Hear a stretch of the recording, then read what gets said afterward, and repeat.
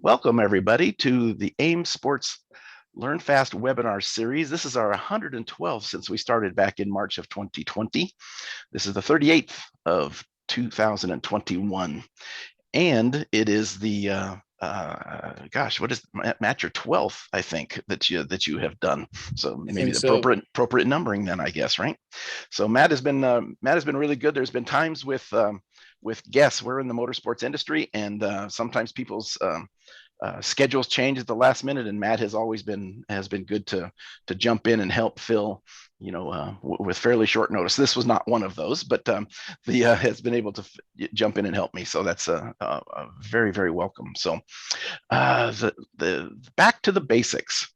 What are these data items? We have been spending many of these 112 webinars that we've done talking about highly technical things, how to push the buttons, understand what and where, and use the data analysis tools in specific ways, right? And one of the questions we get from a lot of folks that are just starting out and have not, had a chance to follow along all the way is it's great that you're showing how to do this histogram, but there are some steps that I have not been able to keep up with, right? I don't know how to get to where you're starting. I'm not there, right? So Matt suggested that we go and do at least one, if not a series of these back to the basics webinars, so we can then people can watch these and then start to work their way up to some of those other ones for folks that are just getting into this. So this one is called Back to the Basics. What are these data items? We're gonna break it down, talk about it. For those of you that have been doing this a long time, we will slide in lots of interesting little things that you might not know, even though you've been using it a while. So keep your ears open, your eyes open, and I think we might be able to help you a little bit as well. So let's go to the second slide and introduce Matt. Matt has been, like I said, a 12-time webinar co-host, been doing this with us from the word go, and I think he's been able to attend live nearly all of them. I think he's only missed 2 or 3 of them. Matt's from trailbreak.com and one of our leading and technical and stocking AIM sports dealers, as it says there, and on the road all the time, at the track, doing this stuff. He just loves it. Thanks for doing this, Matt. I sure appreciate it. Maybe you can fill in a little bit more on yourself and what you've been doing this season. Yeah, this season it's been a lot of travel with the Trans Am guys, some testing. Not as much driving on my own. It's been a pretty big year, but certainly some driving with mine, and that's the data set that goes with everything here. And the data that I always share, and I have all different stuff. And then if you could see the rest of my desk, there's a whole bunch of stuff kind of in testing and that I've been trying out and playing with. So a busy year, a really good year. And I'm excited to be back for another webinar. I really love doing these with everybody. The wonders of webinars and only having this one view, right? If Right. you can only see what you can see, right? But we appreciate you being here. Donald threw a question up there. I just want to I'll clarify that again real quickly. In Race Studio 3, there will be a new map. Hopefully in the next 3 or 4 days, you'll see a map. The Indy runoffs course will be changed, and we'll be adding the segments. And all you have to do is connect to your logger, delete the Indy runoffs one off of your logger, and then just transfer the new Indy runoffs map off of Race Studio 3 onto your logger, and you'll be getting, you can then, if you wish to, have segment times pop up in your car, or certainly in the Race Studio software later in the split reports and other areas. So very, very, I think you'll enjoy it. So this particular webinar is going to be mostly in presentation mode. So this presentation is available for you, and they'll link it here into the chat box for those of you watching live. If you're watching this later on YouTube, all of the links that are going up into the chat box that you won't be able to see because you're watching it on YouTube will all be down in the description box of the YouTube video that I'll get up within an hour or so of us finishing this. If you go down there and you'll see the first little bit of it, click on see more, and you'll get a list of all of the different links and the data and video files we're going to look at and all of that. So perfect. Let's jump on to the next slide and start a little bit. Let's start pretty quickly and just start talking about what we throw out these words, right? We're so used to, throwing out all these words, and sometimes people will look at you and okay, what do you mean by that exactly? So Matt, let's talk about the words we use, the definitions of what we're talking about here today. Yeah, and this is one, just like the last webinar. If people have questions as we're going through this or something doesn't make sense, please ask so we can kind of jump into it. And we have some time at the end to do some live data to see how the things interact and how it goes. So I wanted this to make sure that everybody has a really strong foundation and they understand all the things we've talked about in all the other sessions. So the first kind of vocab word here that we use all the time in AIM is measure. And you'll hear that in the measures graph and the list of measures and all these other places. And really what a measure is it's something that we are measuring. It's a channel of data. So the most common one that we use all the time is GPS speed. And that gives us the speed that the car is traveling, or it could be GPS longitudinal G-force or lateral G-force or something like that. Could be oil temperature. All these really basic kind of ideas that the measure is the thing that we want to look at, that we're actually measuring. And that's the heart of everything we work from. And then this list certainly isn't fully comprehensive. It doesn't have every vocab word that we'd use. But the next one we talk about a lot is distance mode, because when we're trying to compare something that happened on track, we want to use distance mode, where we're measuring to a point on the track from start finish. And it's important to realize that the distance mode is always that. It's not necessarily an exact point on the track, but it's that distance from start finish. And then the other way we can look at data is in time mode, which instead of looking at the distance from start finish, we look at the time. Now, time mode isn't really good for analyzing when you hit the brakes or something like that, but it can be really helpful in looking at engine data. Like if you wanted to see how long your car was above a certain RPM threshold or above red line. That's the last time I used it. Yeah, the times I use time mode that I rarely use it. Number one, let's just say it's almost always distance mode. But if you have standing starts or pit stops, or if you've spun out and you can't see it in distance mode, of course, it's all compressed because the car hasn't moved. So all this data is happening while you were sitting still, and then it starts to open up. And if you need to see what happened while you were sitting still, boom, jump into time mode, and all of that becomes expanded so you can see it. Yep. So those are the two big ways we look at it. Now, the other word that we use a lot, and we use it through all the analysis, you've heard it in these discussions a lot, is G-force. And that's the pressure you feel as you're driving. A lot of people have described it over time as if you had the fuzzy dice hanging from your mirror, and it's the how far it sways. The one I always like in track cars is when you look at their SmartyCam video, you see the keychain. And as they start making a left-hand corner, you see the keys coming out. That's always a nice little one. If somebody doesn't have a SmartyCam, they have some other video recorder that you can see. And then lateral G-force is side to side, and longitudinal is front to back. And I always think of them, longitudinal is the long way of the car, lateral is side to side. Time compare is one of the ones we'll look at, and we're going to dig in a little bit more.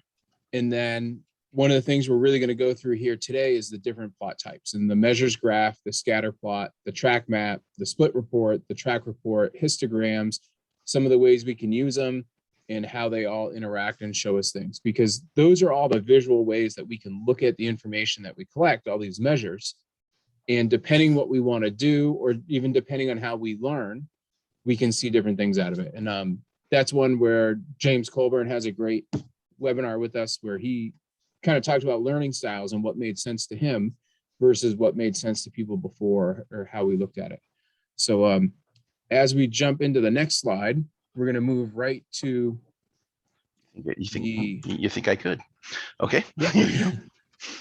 The measures graph, right? And this is the most common analysis page that we use. It's where Race Studio 2 and 3 opens up. It's what we are in most of the time. And it's a line graph of the selected channels versus the time or distance. So when we talk about time mode or distance mode, that's what we have across the bottom of this graph. And I put that distance from start finish because this one's in distance mode. If we had it in time mode, it would have a time in there. And then the measure, the thing that we're looking at and measuring, goes up and down, and that's called the y-axis. The y, I always think it's sort of like a messed up arrow. But if you look at a Y and you flipped it over, it gives you up and down. It's funny how we can, we all have to do little things. I'm no mathematician, right? So Right. mine was always Y to the sky, There you go. which helps me remember that it's the one that's heading up the screen. Right. So that becomes important as you use Race Studio 3 and you're trying to put different things and show different things. It's a really good way to see these. And then it gives us, what the graph gives us is the speed at that distance. So if we were in live data and you zoomed in further and further and you had it down to 1 foot increments, it's imagine if you measured the speed 1 foot away from start finish, 2 feet, 3 feet, 4 feet, and you put all the points and then you charted them out.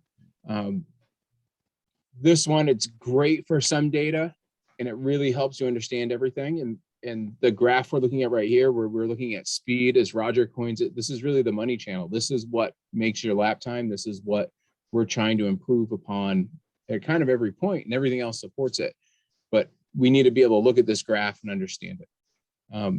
The next graph we hop to is still the measures graph, but we added some information. When we have 2 laps selected, at the bottom we get, or we can get, we don't always have to have it, is called time compare. And that shows the difference in the lap time of the 2 laps up to that point.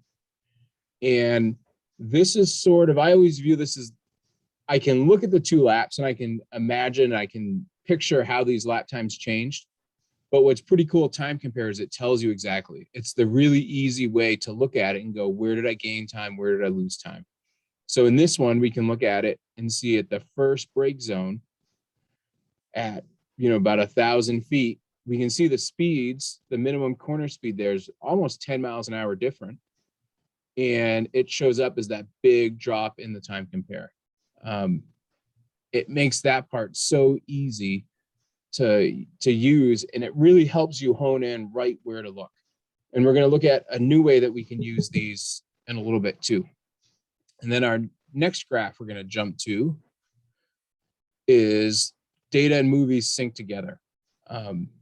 This has added so much power to Race Studio 3, and right now still in beta and coming to production when it's done, and your Smarty Cam. So now, instead of just having that measures graph, we have a video picture in the video to play of that exact point.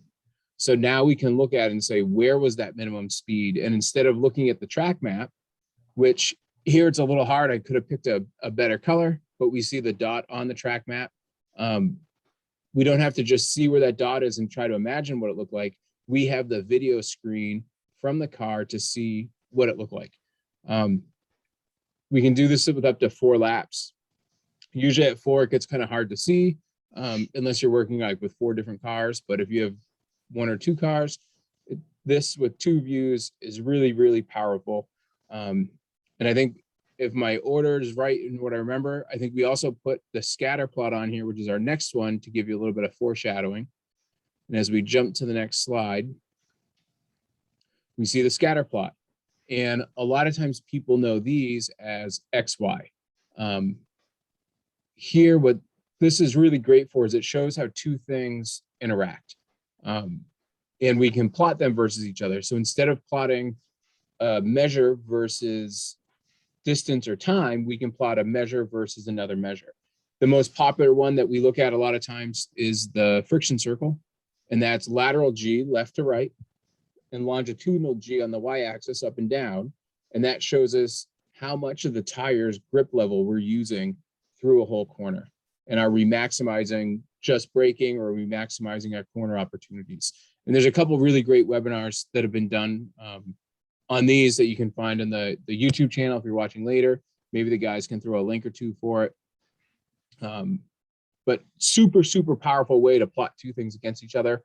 I think it was the last webinar that I did, we looked at chasing a lap time, and the person there's real concern was oil pressure. So this is a great graph that you can then plot engine RPM and oil pressure and see how they're related, and if there's dropouts or things affecting each other. And I think that's what's done here is you got your lateral and longitudinal G's, that build the basic graph, and then they're colorized. Yep. on a third channel, and in this particular case, I believe it's oil pressure. The by the way, couple of things. We're going to be showing everything, almost everything in Ray Studio 3 analysis screen captures. But this information that Matt is sharing is across the board, right? We just happen to be using these as screen captures. But if you're still using Ray Studio 2, more power to you. And all of the topics and the techniques and the discussion works for both. So Kyle goes back one slide, and he says he understands why we the limited video comparison to 2 laps. Just so you know, Kyle, there is if you go to the options in Ray Studio 3, you have it defaults to 2 laps, but you can turn it up to 4. And of course, the reason you understand it, you kind of mentioned it, but if you were to open 20 laps, and it's very easy to do in Ray Studio 3, now all of a sudden it's having to load all the video and data, and depending on the computer, that could be a problem. So we wanted to show you the data from all 20 and slow down on the video, and then you have options of turning on the video for each one very quickly over in the measures and laps toolbar, and show which laps you want to show on the video. Yep. And your second question about histograms, wait about 2 or 3 slides. Right. And also, Kyle had a question about having multiple scatter plots with different x-axis. In the webinar that we did with favorite profiles in Ray Studio 3, we covered that for these Ray Studio 3 images. And it's to show different information in different channels and different graphs. And that's covered in there. And I don't remember which one from last year, but if you look at YouTube in the webinars list for Ray Studio 2, there's one to allow multiple graphs in there too. And it's in the webinar playlist, but it's not actually a webinar. It was one that Roger and I did separate for a group of people and put up so everybody could see it. Exactly. Multiple windows. Yep. Enabling multiple windows in Ray Studio 2. The Ray Studio 3 allows it easy, but Ray Studio 2, there's a setting. So, right. Okay. And looks like Robbie is all over it. He's got your favorite user profiles in the chat box.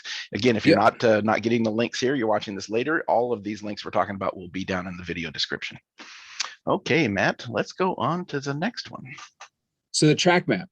This is incredibly powerful. It shows you your driven line, and then we get to colorize it with different channels, different measures that we measured. So this one's colored for speed. And when you look at it and you think about speed, this is Watkins Glen, one of my favorite tracks. You can see where the front straight is going into turn 1. As it goes from blue to green to yellow to red, or the kind of orange, it gets faster and faster. They kind of refer to it as a heat graph. The hotter it is, the more red it is, the faster it's going. And then as it goes blue, it goes cooler. So it makes sense as you go down the straightaway, it gets faster and faster, and then it goes slower through the middle of the corner. For a lot of people, this can become a really easy aha moment. It's very visual. So it's the same information that was in that speed distance graph, that measures plot that we looked at, but now it's put on a map in color. So depending on how your mind works, it's a really great way to see the same information 2 ways. And before anyone can guess, yes, this is from the 914 at Watkins Glen, from that data set. And the darkest red on the back straight going to the bus stop is actually right around the speed of sound.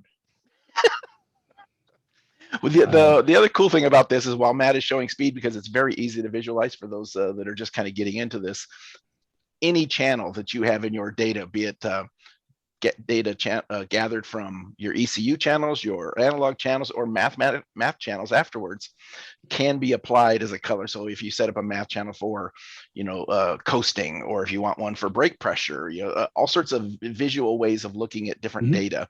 And then of course you save these in different profiles, and you can just bring up your braking, and you can bring up your coasting channels and things like that. So this visual heat map is very, very powerful for people that are visual learners. Right. And like Roger said, what's really cool with this is if you use something that's one of the on-off sort of channels, and Emiliano had done a really great webinar using if, I think it was called The Power of If. What's really cool is if you made one that was a channel just for brake pressure, when it was on or off, you can put it on here and see exactly where you had on or off. If it's coasting, it'll show you the line just where it is. It's pretty cool. Yeah, Ray Phillips, I think, did that one actually. So okay. Emiliano helped him. Yep. So a really cool way to do these graphs and to give you that visual thing. So not only do you see it with the link, you can have the video, the data, and you can have the map to see it. So it creates a really powerful interaction where you can see everything. The next one, maybe we get to Kyle's question. No, You're Kyle, getting you stepped closer. away. You're getting closer, Kyle. A split report. Split reports are really great in that everybody's kind of familiar with them. We see these through all different kinds of timing. We see them in F1, we see it in NASCAR, it's all over. It divides the track up into a number of segments, and then it gives you the time in that segment. We've covered it with Race Studio 3, the great ways that you can divide the track up and how easy it is to just drag and drop and create these things. And the other really neat thing with Race Studio 3 is it gives us some really great advanced measures. Race Studio 2 has all the statistics at the bottom where we get averages and medians and theoreticals, standard deviations. And then Race Studio 3 took it a whole nother step further. And then when we look at it, we can see the distance we covered in a segment. We can see the time that was in it and the distance per lap. So it gives us some really cool different ways to look at this information and to kind of slice and dice it and see if there's something we can glean out of it. The two things that people use out of split reports a lot are the best rolling lap. And what the best rolling lap is imagine that instead of standing at start finish with your lap timer or your stopwatch, you moved all around the track and you stood at turn 1 and you timed it from turn 1 and you timed it from turn 2 and you went through all those segment points and you got the best lap from there. So it's the best series of consecutive segments added up for the lowest lap time. That's a lap you really drove that you can really do. It's a legit goal for you to hit. The best theoretical takes all the single best segment time for each segment and adds them up. And when you do that, that's not always a lap that you can put together because you might have maximized one segment to the detriment of the next one. And that goes into a whole part about how best to do your segments, probably worthy of a seminar or a webinar all by itself. If we hop to the next one, I remember now Kyle still has to wait, the channel report. So the channel report takes all those measures that we have and that we collected all this information, and we can then put take just the maximum value from that measures graph and give us a list for each lap, or it could be the minimum or the average. There's a bunch of other ones that get built in, but I think in my experience, the ones that people use the most are the max, the min, and the average. Because it can give us some really cool things like what's our max RPM. So if you're looking for over revs, this shows you where to look. You don't have to read every measures graph. Really quick, we have our whole session. We get to see what we're looking at. All laid out in a nice tabular form. And one of the things I like a lot is that this is where you can see the distance the driver actually traveled during a lap and see how consistent they were on placing the car and actual the distance driven. Kind of cool. Yep. This is one we've covered in some of the other webinars. I build this into every single time I open data for a car. If it's a car I work with more than once, I always have this because I can't do anything else if the car is not running. One of the ones I should have clicked on one of these boxes where the blue boxes are. A neat little tip is if you click on it, it puts a little histogram into the channels as they go down, and you can see it. Yeah. And we can look at that when we get to some live data here.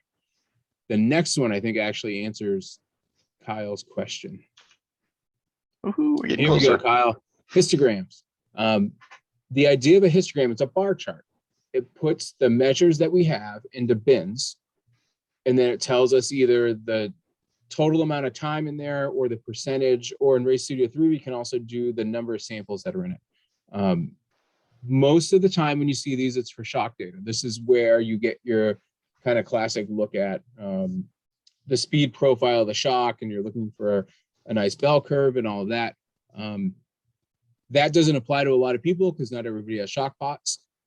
I think what's really neat, a trick I learned from one of the other webinar hosts that we had, was to use this to give you a profile of things at the track. So this one shows speed. So if you use a histogram based on speed for every track you go to, you're going to get a different shape. And it tells you kind of where the range of speeds are for that track. So, this is my data from Watkins Glen. So you can see there was a malfunctioning GPS, and it shows the most common speed I was doing was a little over 85 to 95.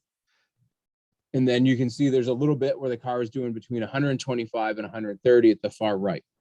So this gives us a profile and an idea of the distribution of that data set.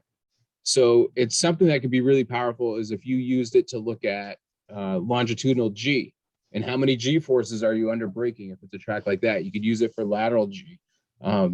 It gives you a different way to kind of look at that data again, because this is showing us the same data that's in that heat trace for a speed graph for this, that we looked at the track map that was colored, same exact information, but we gleaned something totally different from it. So the interaction of all these different ways to look at things becomes even more powerful as we're digging into it. One of the ones that there are so many different ways of using data in a histogram that I just wanted to mention a couple of them. Gear position, right? How long are you in, fourth, second, third, fourth, fifth, or sixth gear? You could have that broken all down by percentage of a lap or time. Mm-hmm. Oil pressure at lateral, high lateral G's each way. You could actually see if there's an oil pressure drop by only display the data that is low oil pressure at high left-hand G's and then right-hand G's. That kind of a thing, right? So it's much more than just shock data, but I think that's where they are known the most, as Matt basically has said. That is where the most people think of them, but there's a lot of really cool ways of using them. Another one, throttle position. There you go. A really great way to look at it and compare car setups. What amount of time were you able to carry more throttle? Or that also bleeds into driver performance, and were they doing something that made them have more full throttle, lower lap time? So a really great way to kind of look at things and see how it changes. And sometimes I tell people I always do my analysis at the track, and then there's the evening kind of checks. And then sometimes there's like, hey, let me look, and I just start kind of data mining, and I look at it, and you pull up some different things from different runs. And sometimes one of those is a histogram where you can just see things a little bit in a different way to help you analyze it and see what's going on. The next slide. Oh, darn it. There we go. There we go. One of Roger's favorite sayings, speed is king. The speed is what tells us everything about how we're going. And it shows us some really great things in our graphs and how everything ties together. So here we have a measures graph. Across the bottom, it's a little hard to see in this slide. It's speed, or it's distance, because we always look at distance. Something that a lot of people really like, and I think it works really well, is when you look at a series of measures graph, I like to have speed at the top. And that's our red line at the top, because that's kind of the most important. I give it that place at the top. I always know where to find it. The next one we have here is longitudinal G-force. And the bottom graph is RPM. And as we look at everything and you get used to using your data, what's important is you can imagine how all these measures go together. So the reason I kind of highlighted this spot is as we see the speed go up to where that first down arrow is, we see there's a little plateau, a little spot where it levels off and it starts to go up again. And I saw that and I said, what's going on there? So I looked at longitudinal G, because longitudinal G and speed are directly related. That if your car starts to slow down, you have some decrease in the longitudinal G. So we see it's going from probably around 0.2, it goes down to almost, well, it looks like it goes below 0 to almost like minus 0.1, and then it goes back up. So, why did, presumably down the middle of a straightaway, we have this speed hiccup and some amount of loss of acceleration? So then I pulled up RPM, and when you look at the RPM graph, you see this big drop and you go, oh, that's a shift. So at Watkins Glen, when you have to shift going up the hills, a lot of times in a lot of different cars, you'll see that little decrease in speed depending on how fast somebody shifts and the power of the car and everything else. This is one, if we looked at this, and we can do this in the live data, if you popped over to time mode, it's a really easy way to see the difference in how long that shift actually took. A different way, you know, same information, two different bases on the x-axis, but they give you totally different amounts of information. So then if we hop over to the next slide, the other cool thing that goes on, and this is where we're going to look at the time compare, is giving you that difference when you have two laps selected, is it highlights those big changes in the two laps. As you start your way into understanding all this and how the data analysis works, this is one of the spots that will really highlight and call out for you the big spots to look at. So when you see a big change in the time compare, that's where you want to jump in and focus on. So the biggest change that I see in this one is turn one. And that's that big drop that Roger's highlighting there. And if you did nothing else in this lap but worked on turn one, that's your biggest opportunity to correct things. And we see that right in that spot, in just one corner, we lost 0.6 seconds. I lost 0.6 seconds. So it's a really easy spot to look at and go, hey, here we go. This is an easy 0.6 seconds to improve. Yeah, you hit the brakes. You hit the brakes a little earlier. You hit them harder, and then you were a little compared to yourself, were a little slower coming off the corner.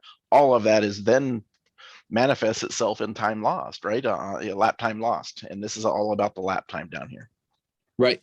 So a really powerful way to hop in there and look at it. Tice brings up the question of traffic. This is where the integrated video becomes super strong. Is if we're in the live data, we can click that point, see the video image, and say, yes, there was traffic. No, there wasn't traffic. Or because I was the driver, it gives me a chance to pull out my driver excuse bingo card and pick something. You know, bad track conditions, somebody dropped oil. I just didn't go fast enough. Whatever it might be.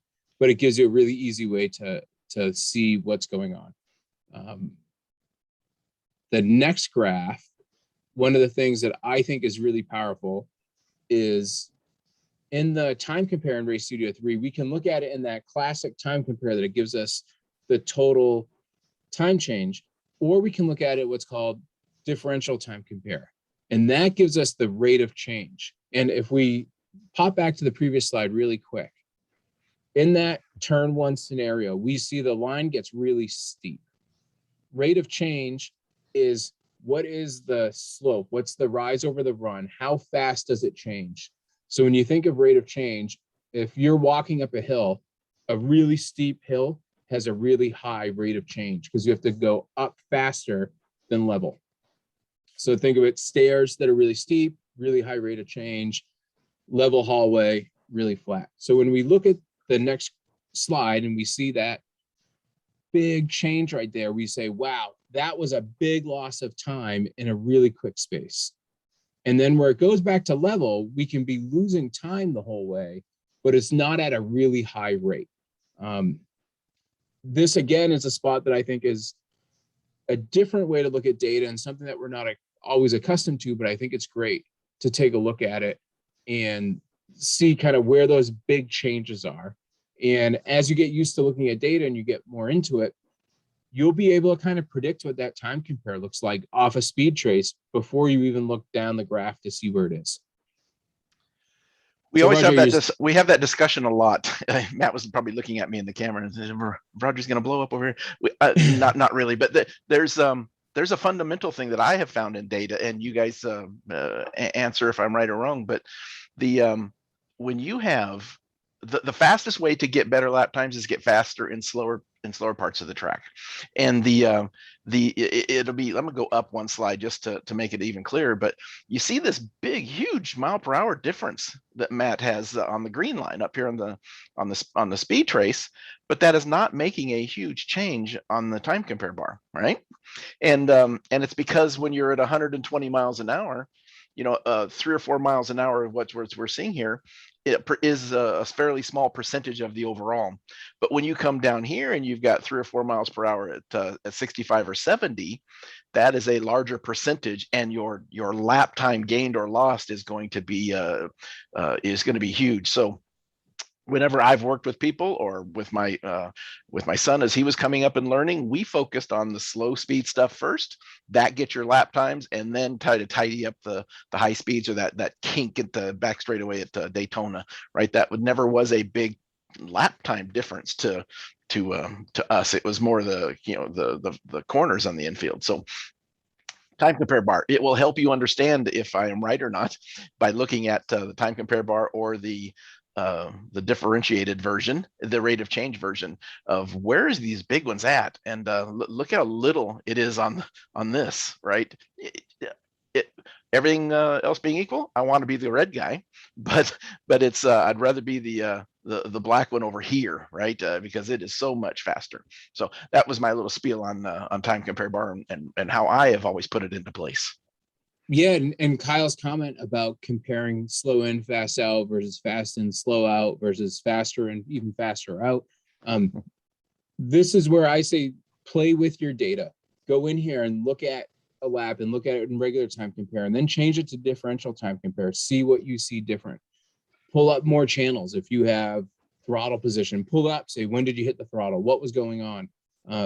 All of those things start to add the context and start to help you be able to imagine what's causing these changes.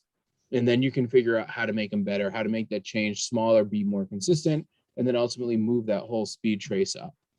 And I would be remiss if I didn't say that this particular feature we talked earlier, I mentioned it's the same in Race Studio 2 or 3. This this rate of change function as part of the time compare bar is only available in Race Studio 3.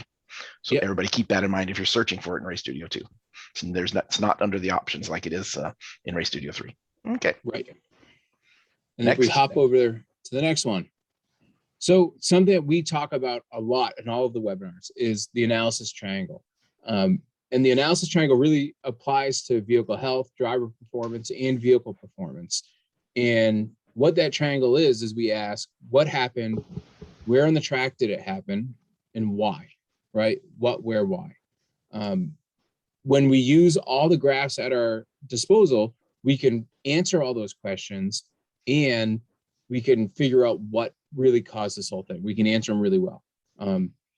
And one of the ones Ross Bentley always describes, and I really like the analogy, is it's getting to the core of that onion, is figuring out, peel all the layers and get down right to the middle and see what's in there with it.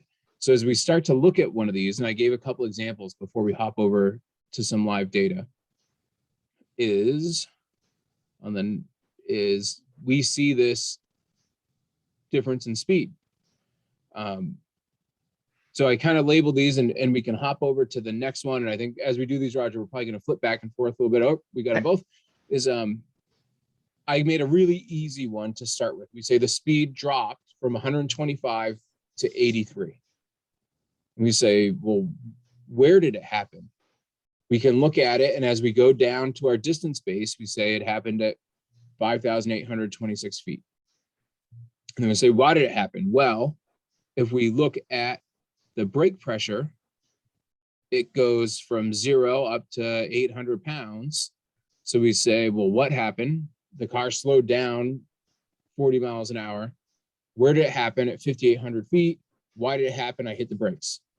So really a pretty simple example, but just laying the groundwork for some of the ones you're going to show here in just a little bit. Yeah, and this process applies to whatever you ever see in your data. So if you're looking at a measures graph and you see oil pressure change, you see G-forces change, you see whatever you happen to be looking at, that's what you go, okay, I found this. And you go, well, where did it happen? And maybe it's a speed change. And you look at it and go, the example I gave before, why did this speed change? And you go, well, where did it happen? Well, it happened going up the S's. And you're like, oh, why did it happen? I changed gears, right? That, if you can follow those steps, it answers all your questions and it gets you the data you want. The next one is a little bit more. If you have a system with some more things, is we can look at it and say the oil pressure dropped. And even though we're focused on oil pressure, something that I always do, every graph you see me work with has speed at the top. So even though we're not looking at it, it's always there in the data. And then we can look at this and say the oil pressure dropped, where and why. The other things that I did in this one is you'll notice there's a red line and the white line. This one I use the delta feature, and the delta is Greek, it's difference. And that difference, what's pretty neat in Race Studio 2 and 3 is we can see where and what the change was. So where Roger's showing and I highlighted, we see the oil pressure drop 20 pounds. So normally you'd say, well, geez, that's a indication, maybe that's a problem when you see a change like that. So as we hop to the next one, we can answer those questions. You say, what happened? The oil pressure dropped 50 down 20 pounds from 75 almost down to 50. And you say, well, where did it happen? Well, it happened at 8,640 feet from start finish. Why did it happen? Well, the RPMs went from 6,600 to 2,400. So obviously it's not going to make as much oil pressure at a low RPM. So we go, okay, we answer all those questions. We don't see it's a major problem. And the oil pressure came right back up afterwards as the RPM came up. We understand now what happened, where did it happen, and why, and we can put that one to bed and move on. Though, what's interesting, I didn't notice this till we're looking at it now. Just to the right, before the end of the graph, we see a drop in oil pressure with no corresponding. I wasn't going to say anything. Right. Mm-hmm. So maybe that's actually the point we should have dug into. Yep. And it's a perfect example, right? You looked at something, caught your eye, and then as you were looking through it, something else is going to catch your eye, right? And you're going to analyze that and figure out what happened. Low oil pressure, drop of oil pressure. When it looks like the RPM is coming up, the speed is coming up. Okay, why did that happen? Peeling that onion, we got to dig into it. Maybe it's one step to get it, like this first one, or maybe it's 3 steps where we really want to. Maybe it was a vertical G's, or maybe it was whatever. Right? We have to figure it out. Right, and Tice made a comment with oil pressure. Maybe add the G forces. That's a great way. Use one of the scatter plots, and that's what we did in the previous webinars. We went through all the different ways you can look at those scatter plots and use it to see the correlation between G force and oil pressure, fuel pressure, whatever you're trying to measure. And looking at it this way in just a measures graph, we find one of the limits is that we say where 8,640 feet from start finish. I know Watkins Glen really, really well. It's my favorite track. I spend a lot of time there. I just got home from there. I have no idea what point on track 8,640 feet is, if you ask me. But what's pretty cool is as we look at the next slide, we see it on the map and we say it's going down into the laces, turn 7. So all of a sudden we have something really easy to look at and say, where was this? Well, now it highlights that point on the track. And if this was live data, to bring up Tice's point, we go, well, geez, that's a pretty interesting braking zone. Because if you know the track and we had pulled up elevation or the GPS slope, what we see is not only are you starting to turn to the left, you're going down a pretty steep hill and you're on the brakes pretty hard. So that's one where you go, yeah, that's a pretty good spot that you go, maybe that is actually an oil pressure or an oil pickup problem in the tank. That if the oil pickup, and I'm trying to think on my car, it is the back side of the oil tank. So that might be a spot where you're on the brakes hard, you're starting to turn, all the oil goes to the other side of the tank, and maybe you have that little blip in there. Again, this is where you keep digging on that onion and you say, we see a what happened, we figure out where it happened, we look at why it happened, and the why, sometimes it isn't the first thought you had. It's a deeper and deeper dive into going, what happened here? And adding all those measures that we have and keep adding measures and turning them on and off and figuring everything out. Yes, my 914 does have a dry sump in it. And when you get these areas where, say, you've got a car that has occasional oil pressure things you always want to check, you end up putting the map, the XY plot with the oil pressure and a measures graph that has speed, oil pressure, RPM, and lateral G's, let's say longitudinal G's, and you put it on an entire view where we have had to, for presentation purposes, zoom in and just show this, but this this measures graph will have right next to it that track map, right? So it's really all on your screen. We're just breaking it out here to make it a little easier to present. Yeah. And as we hop forward, I think we're into live. So now everybody has me really curious. We found something. So I want to answer Bruce's question about the track maps. And I have a really easy answer for him and a little more involved answer for him. The heat map and is one he's looking for. I want to dig in and see what my oil pressure thing is. Like this is pretty cool because this is so I'm going to stop my share and we're going to share Matt's screen and he's going to look at the data and share with all of you, right? So stop share. Matt will just hit the share button. We've got about 10 minutes, Matt. That's what we're looking at. All right, perfect. So now I'm going to pull this up. I believe it's not asking me to share. Let me make sure here on my end. Share screen. No, operator error. Here we go. So now as we're looking at this, we see one of the things I did for everybody, and the really easy answer for Bruce is I made a really simple profile with my data. So you can download my data, you can load this profile, and you can have all of the different views that we're working with. So we see we have a time distance, we have data with movies. To answer Tice's question, was there traffic? We have a scatter plot, we have histograms, we have a split report, and we have a channels report. So all those things that we talked about, you can see they're all here. And for Bruce is when we want to add the track map, it's our button here is we can add a track map. Oh, sorry, we already have our track map in here. It's one of the windows, and that's one of the ones Emiliano covered that in our previous webinars, and I'm not positive which one it's in or where it is, but I could answer that for you, Bruce. I could take a look and see it. And then one of the things I really like to do with my track map that I learned is in the settings for it, we can pick our color of choose color, and we can do that with a right click as well. We can choose our color channel. So I have it for speed here, but we could do it for oil pressure or anything else we want. And in the settings, we can choose this line width.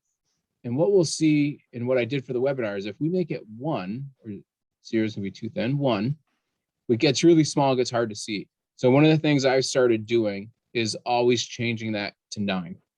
And it gives us this really nice, big, thick line to look at. We can zoom in on it to see things and everything else. So hopefully it kind of answers your question, Bruce, of how that goes. I see some perfect. I also see some people are asking about your version of Ray Studio 3. That is a beta, and we're working on it. Actually there is some pretty cool stuff that has been lots of fixes and lots of bug fixes and a few more features that I'm fairly confident you're going to see your Ray Studio beta have an update coming that'll be somewhere near that 350.93 fairly soon. I think 81 is the version that's out there right now. So don't worry about Matt's version. It's actually very stable with lots of speed enhancements. Actually, some of you that have been moving around in it, if it is beta software, so we continue to work. And if you found it's a little sluggish sometimes, there have been some huge speed increases for you coming soon. So if we want to look and kind of investigate the problem, I remember it was the last 2 laps is what I had looked at. I'm going to turn off, we see as we pick the 2 laps, we now have our time compare. We have longitudinal G-forces and speed. I'm going to turn off the time compare to save us some real estate. And in doing that, I can shrink these down a little bit so we have what we want. And instead of looking at longitudinal G, let's pull up our oil pressure and start zooming in. So I'm gonna turn that and hide it. And then we're gonna put up oil pressure. Using that filter box, by the way, folks, that is a very, very handy tool. One of my favorite things. So we're gonna show it in time distance. And now we have our oil pressure. So I believe we are in. There. Actually, here's a great one, right? I remember it was like 8,600 something feet, but I can't tell you exactly where that is. But what's pretty neat, we remember on the track where it is. So we say it was right around here. We can click that point, and here's our point on track. There's our dip that we saw. Yep. Another neat trick, what I do, good for zooming in, really bad for your segments, but you can save your segments, is I use my segment lines all the time to kind of define my zooming. Probably a bad habit, but something I got into. You certainly can just click on any segment you already have pre-built, and it just zooms into that full segment. You can also scroll in very easily. And then we also have our kind of 3D zoom that we can zoom in this way and get in there. I've got in the habit, I use these all the time. So as we start looking in here, we see there's this big dropout. Kyle has a great idea. What if we add another lap? Easy enough. We turn on another lap. We don't see it. So it's like a 1 lap anomaly, but still makes me pretty curious what's going on. So Tice's point, what if we add G-forces? So let's go GPS lateral acceleration. There's nothing too different in this one. Yeah, it's not laterally induced. Right. So let's hide that. And then Tice says, what about RPMs? And James says that too. Awesome idea. So let's clear our this. RPM, show in time distance. So what do we see? Nope, not an RPM thing. There is a shift, but it's way after that point. So now everybody's getting me really nervous. I'm wondering what's going on with my car, right? We're still digging to find it. And what's the change here? It's not huge, but it's enough. It's enough that you would want to know, right? Right. Is it a trend? Is it something that's happening? Right. So it goes from here. We'll jump into our delta button. We'll pick our first point. Use our delta. We say it actually loses 25. 7 pounds. Yeah, down to 20. Right. So interesting thing. So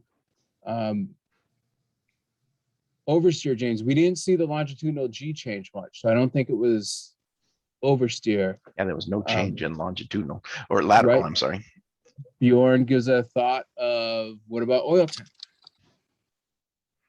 These are we may or may not find it in this one, but these are you guys are doing exactly what you do. You bring it up, what happened, where did it happen, and now we're in the why, and we're throwing different things that we know about motorsports into it to try to understand what in the world has done, what has created this problem.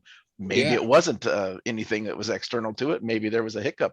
That's another problem, right? An air bubble or whatever, right? So. Right. So Kyle has a great idea. If we wanted to jump into split times, we could get in there. Russ has a great idea, add video. We see the oil temp didn't change much. So we say it's probably not that one. So it's one, as we keep digging into this onion, we say, well, maybe this was something that is some sort of weird blip or something. Brian says maybe something clogged the sensor for a minute. It's certainly possible. This is where we look at everything and we start to say like, well, what's going on and can we find that cause? The other way that I like to do that sometimes, and we don't have time to open it up that way, but I do oil pressure on one axis of an XY plot, and then I just keep throwing other channels at it, and pretty soon you will see that that there's a trend, and I may do 3 or 4 laps at a time or something, but pretty soon you'll begin to see some sort of a trend will start to happen, right? So you can do it longhand by looking at the squiggly lines, but there's other ways of doing that as well that you've already shown. Right, but the exact idea and the thing that we're going through right here is the process of looking at data. Is we have all these different graphs and we can look at it, because in a channel report, this one doesn't show up. And I think we have oil pressure with the minimum oil pressure, but that wasn't necessarily the minimum on that lap. So the channel report's not going to show us this. The split times won't show us this because that's really a time-based one. If we used it for the histogram, this one is based on I used a shock position shock, yeah. here, but we could use oil pressure, and use it in the histogram to, nope, to color. We didn't get that. We use it. Okay. Oil pressure. Maybe I'm out thinking myself. Just click it. Now you've got oil pressure on that one. Right. But it doesn't show it because it's not something, you know, it's in this area, but it doesn't show as a problem that we'd see. And what are you basing that against? Shock travel there on the left on the y-axis? Well, for the histogram, it's just the oil pressure. Oil pressure on one side. And then what's this the other is, axis? we have, this one is off of, I think it's samples here. And then as we click through, we can look at percent. So this is percent of time. So 2.8% of the time it's down there, but it's not something that's a significant possible. The split times will show it. Click that segment. So if we go in here and then we choose one of these, all sorts of different ways of showing oil pressures as Matt goes through them. All sorts of different ways to actually show these values. There's the preview showing mini laps. But that's giving us, so now what we did, Kyle, was we just have a measures plot because we have distance zoomed into our area. And on this axis, we have oil pressure now. So all we really did is create a different way to make that same graph. So many options of ways to look at things. But it's a neat side effect of doing this webinar now is that everybody gets to see what happens as we do these. So what I would do if I was, as I'm going to probably end up doing is tonight when I sit down to relax before bed, I'm going to hop back in this. I'm going to start using some of the profiles that we used last time to look at use the scatter plots and say, is this oil pressure versus longitudinal G, oil pressure versus lateral G, oil pressure versus vertical G force. Maybe it's something with going up and down, oil pressure versus slope. And do like Roger said, start kind of throwing different things at it and see if we can figure out what little thing caused that problem. And maybe it'll turn into a whole bunch of analysis to say, geez, it's a one-time flip. But maybe we find something in there. And then, which then just puts it on your list of things. Okay, I'm going to keep my eye on that. Right. For one of the ones sessions I've used a whole bunch as we kind of wrap up is if we go to laps and then we say select all laps, we can look at this. We can zoom into that point a whole bunch. Slip off of it. Oh boy, get it messed up. Let's start over. Go back to our best lap. Go back to select all laps. Let's click our point. Sometimes it's hard when we get this many laps in here. And then as we keep zooming, we see there's a bunch of them. So there's probably something there to start actually looking for and seeing what's going on in this data set. I think it's the purple one up, partway up that straightaway is the one we're looking for. Yeah. To the right, just about an inch or two. Right. So it's one that we can start there you looking into these things. There is a second one there. There is a second one. Right. The red one is a little farther down the track. And you get this kind of blue one, a red one. There's another one here. So it gives you something to start looking into. So now we know if we go back to our triangle, we say, what happened? We have this oil pressure dip. We have, where did it happen? Well, we know it always happens in this area, right? As we looked at the whole app, this is really kind of where it's going on. And then we say, why? Now we're digging in. We're pulling everything off that onion. We're pulling the engine apart tonight. We're pulling the oil pump out. We're going to figure out what's going on. Not really. I won't have my motor apart tonight. That's but oil pressure is not something you want to mess around with. But the other one is, did it happen when it was hot? Hotter and hotter later in the session? Did it get worse? Yeah. All sorts of things to deal with. But the data found it, right? And now you just got to figure out why. So in the comments, there's so many really great ideas and things to look at. And what I love about it is, out of an example in the PDF presentation, we saw something, and then through all these ideas, you see how we get to put this all together to figure it out. It really gives us a great way to see we found what was going on, We figured out where, and now we're digging into all those ways to figure out why it happened. Kyle might be the most correct at all. It might have just been that the car was doing over 50 miles an hour and it causes it to fault. But with that, I think you kind of see how all these different ways to look at the data, to check out these measures that we're collecting, how do they interact? How do we figure out what's going on and use those tools to say this is a problem or not? And it's a great one with the data set available. Robbie gave you the links. You're going to have them in all the YouTube description. Is if this is something that interests you, it gives you a great chance to kind of play with the software, to dig in and to say, we know what happened, we know where it happened, why did it happen? And then start going in there and plot things against each other. You can do it in Ray Studio 3, you can do it in Ray Studio 2, you can check it all out and see really what's going on. Hey, we can have a bit of a group exercise. We're sharing this data in video. It's either been linked in the chat box or it'll be linked in the description there. Everybody, take a few minutes, download it, and let's consider and try to figure out Matt's oil pressure problem. That'll be a fun little task. So I gave the screen back to you, Roger. I think I've given everybody homework.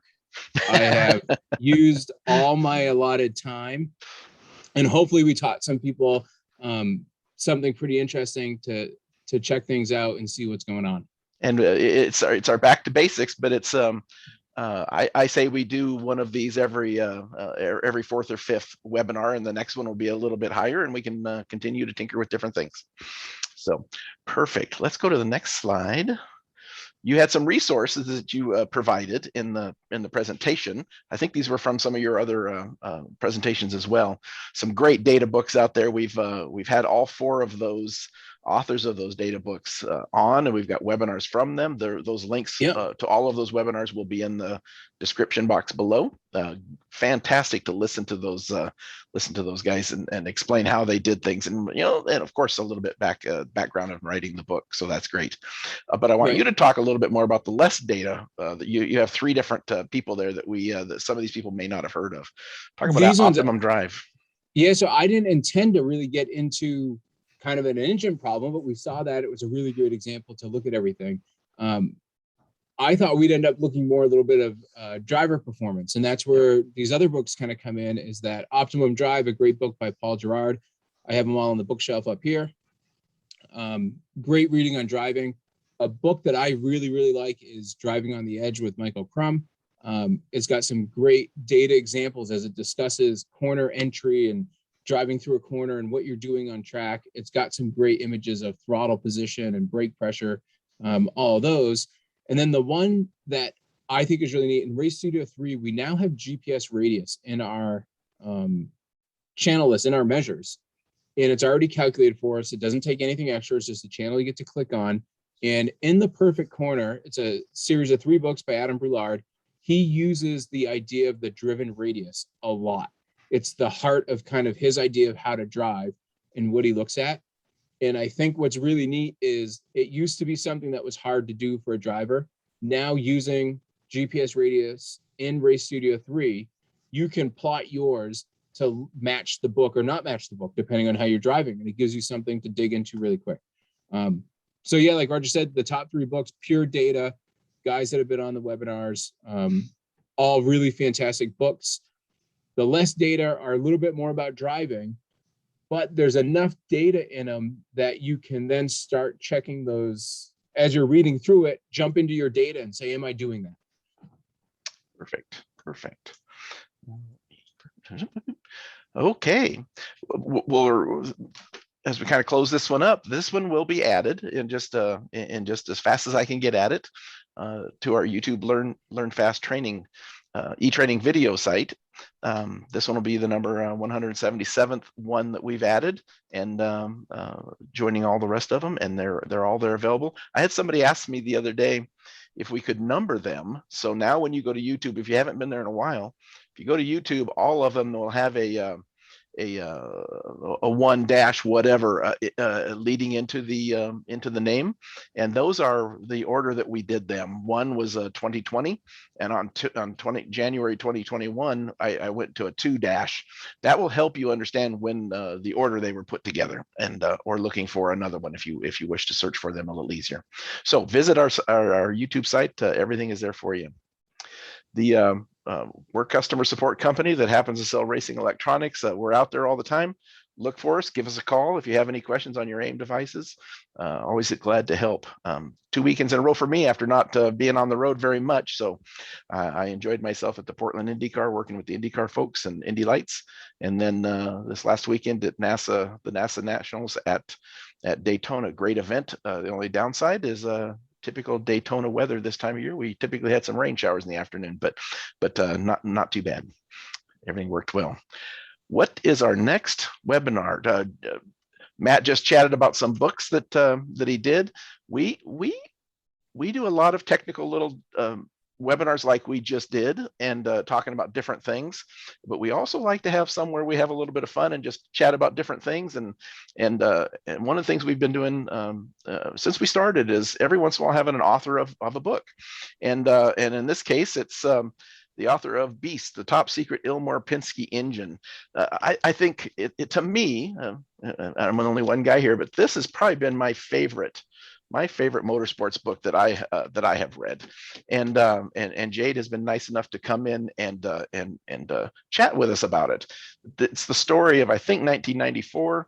There was a loophole in the rules that said that engines that ran at Indianapolis 500, if they had push rods, they got more boost and a few other helpful things. And so Roger Penske, being the racer that he is, went in behind the scenes in the background, top secret, and built a push rod motor with push rods about this long, and from start to scratch in about a year. And it'll be interesting to talk with Jade about all the problems, and it's all in the book. It's a fantastic book. If you want to, you ought to maybe consider buying that and reading it up a little bit before he joins us in a week. And the other thing that he has coming is he has a book being released just about I think a day before or after, when we're going to have him on as a guest, all about Al Unser Jr. He's put together a great book on the life and times of Al Unser Jr., the good side and the bad side. He's had some problems in life and some challenges. He seems to be doing very well, and we'll talk about that. He also was Dale Earnhardt Jr.'s marketing guy when he was driving the Budweiser car. So he's got lots of stories on that. And and to finally close out this little slide, if you want to do a little bit of research, if you've Dale Earnhardt Jr. does some podcasts that are just very, very good, and Jade was a guest with him. They hadn't seen each other for a few years. If you look back about 2 or 3 weeks ago, Jade was spent a couple hours, I think, hour and a half or something, doing a podcast with Dale Earnhardt Jr., and it was very, very good. So if you want to look back on that and listen to a little bit of his history before he joins us, that might be fun as well. So Jade with us a week from today. He confirmed in email this morning again. So a very, very busy man. Just tickled pink that he's going to come join us. So very, very good book. I enjoyed it a lot. Some contact information as we kind of close this one down. There's Matt's information, trailbreak.com. He's got some websites, some pages on his website that have all sorts of cool little tips and tricks for data analysis with AIM stuff. And there's his email address, his Instagram account. Drop him a note if you have any questions about some of the stuff we talked about today. I mentioned a couple of times in some of the Q&A boxes there, I typed in for a couple of you to drop me an email. There's my email address, roger@aimsports.com. And we'll have a good time going over some of those things. If a couple of things you may have some questions, I'm happy to help as well. Thanks everybody for coming. Matt, I appreciate you doing it again. Do you have anything else you'd kind of like to tidy up as we close this one down? No, this was really, really fun. It went in a direction that I didn't see coming. But I love doing it. This was really great. I'm excited for next week, and I would really tell anyone that hasn't read the book Beast, order it. You'll have it finished by next week. It is such a good book. You'll find the time to read all of it. It's absolutely fantastic. So well done. We had the fellow that did the Nissan GTP car, where he went back and talked with everybody that he could find that was still alive. And that's what Jay did as well. He had everybody from Penske's organization that worked there in the past or at present, freely chatting with him about the program, and he put it together in a very, very cool way with all the behind the scenes stuff. Very, very impressive thing. And of course, it's Penske organization. So we'll look forward to chatting with him about some of the different things that they did. I appreciate it, everybody. Thanks for coming. We look forward to seeing you next Tuesday. Gonna have a great time, and hope you guys all have a great week, and we will talk to you later. Bye-bye.